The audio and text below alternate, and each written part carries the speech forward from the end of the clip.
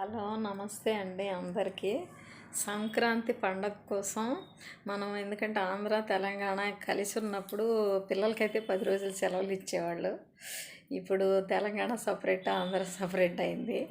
ఏదేమన్నా కానీ ఆంధ్రాలో పండగ జరుగుతుంది సంక్రాంతి అంటే తెలంగాణలో సగం హైదరాబాద్ ఖాళీ అయిపోతుంది. అంటే ఊర్లకి వెళ్తారు, అందరు బంధుమిత్రులతో కలుస్తారు, హ్యాపీగా ఎంజాయ్ చేస్తారు. మన ఊర్లో కూడా వ్యవసాయం ఉన్న వాళ్ళకి పంటలు చేతికి వస్తాయి.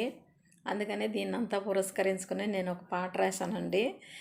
నాకు రైటర్గా అజితారెడ్డి పేరుంది. ఎందుకంటే ఇంతకుముందు ఇందిరారెడ్డి గారి లైఫ్ హిస్టరీ, ఇంకా వేరే ఫ్యామిలీ లైఫ్ హిస్టరీస్ రాశాను, బయోగ్రఫీస్ రాశాను 2-3. ఇక కొంచెం ఇంటి పరిస్థితులకి నేను అంత ఫేమస్ అవ్వలేదు. అయితే సాంగ్స్ రాస్తాను, కవితలు రాస్తాను.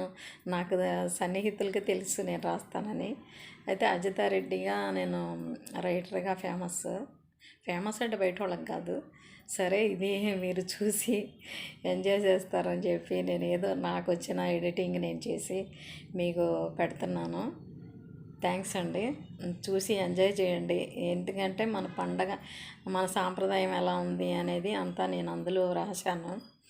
దాన్ని పాడించాను, వేరే ఒక అతనితో పాడించాను. చూసి ఎంజాయ్ చేయండి.